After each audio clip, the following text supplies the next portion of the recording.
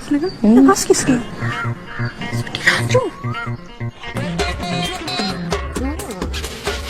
रेखा भाभी जरा दरवाजे पे आना। हाँ आई।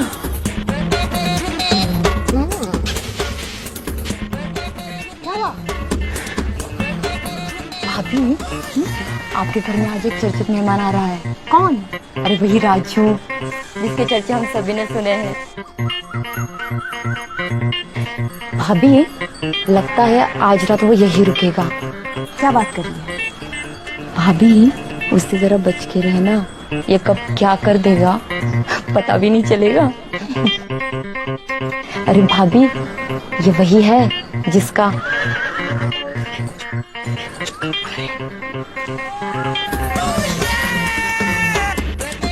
भाभी पहचाना हमें? नमस्ते। पर मैंने नहीं पहचाना। अरे जो राजू, अपनो बहुत ही पुराना दोस्त, शादी में नहीं आओ तो अपने।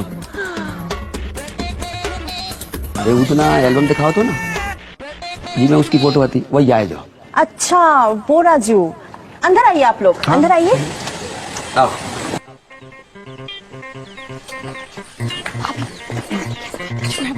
भाभी को देखने के बाद राजू हमें तो भूल ही गया।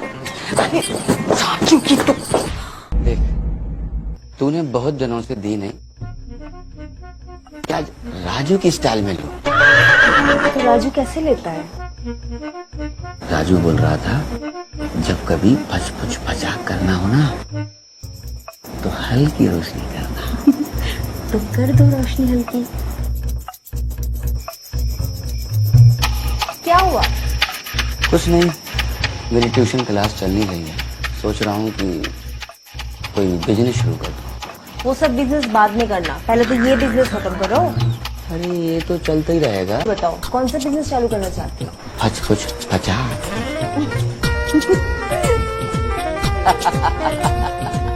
ये क्या कह रहे हो? सही कह रहा हूँ।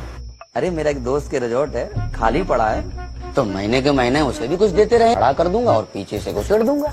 नहीं चला तो बात करती है, अरे नहीं चला तो नहीं चला। कौन से अपने बाप का खर्चा हो रहा है? हाँ तो उसमें एक कमरा तो मेरा पक्का रहेगा और मैं दरवाजे के सामने डंडा लेके खड़ी रहूंगी और ऊपर लिखवा दूंगी अंदर घुसने नहीं दूंगी।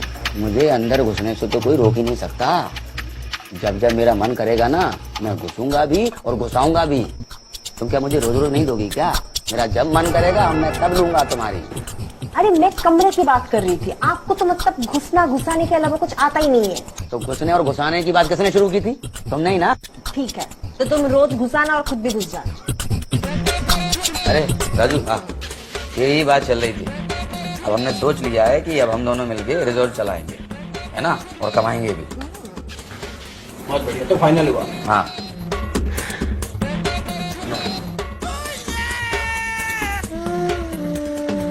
हाँ।